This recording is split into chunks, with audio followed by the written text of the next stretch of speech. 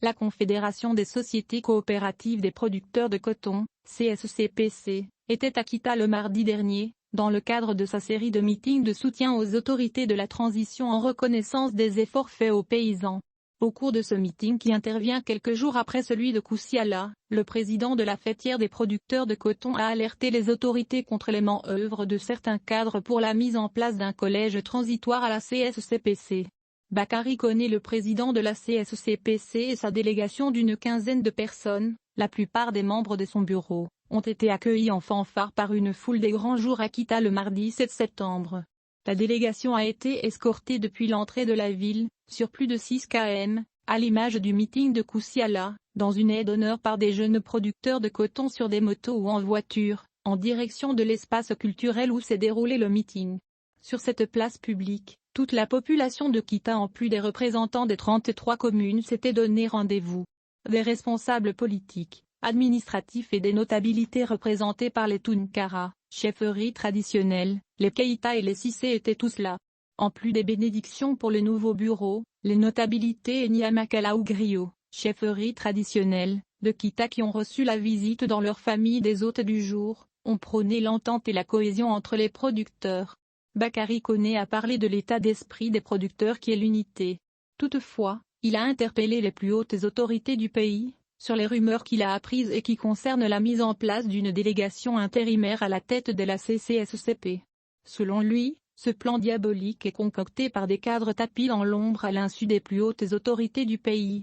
À ses dires, si cette rumeur est fondée, elle va créer un grand désordre dans la production de coton et plonger définitivement le secteur dans un coma irréversible au moment où nous tablons sur 1 million de tonnes de coton cette année.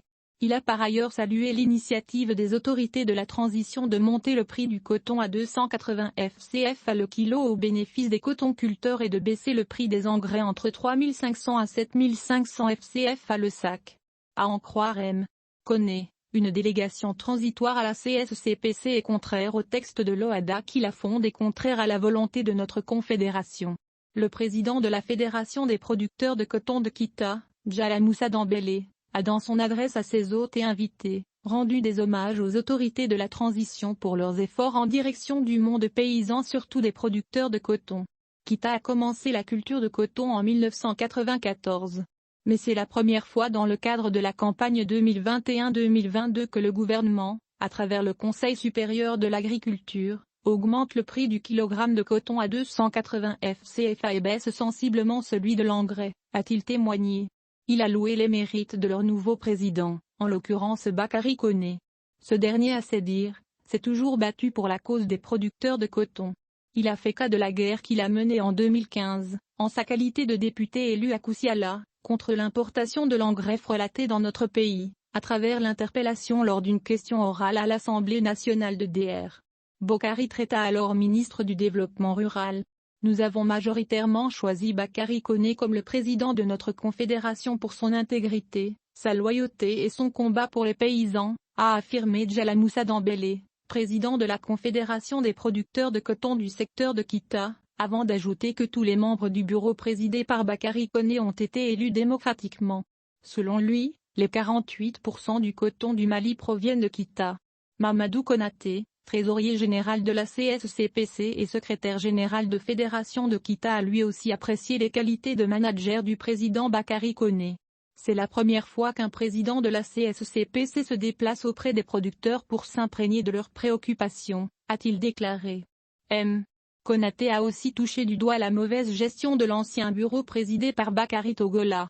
Il dit avoir hérité d'une caisse totalement vide avec seulement 85 000 FCFA dans les comptes. Il a en outre dépeint les problèmes de Kita. Il s'agit entre autres du manque d'engrais pour les producteurs, d'aliments bétail, de dégradation de la route qui empêche l'évacuation de leur production agricole. À l'instar de ses prédécesseurs, il a informé les autorités contre les manipulations en cours visant à mettre en place une délégation transitoire. Selon lui, les conséquences seront fatales à l'économie nationale et à la culture du coton.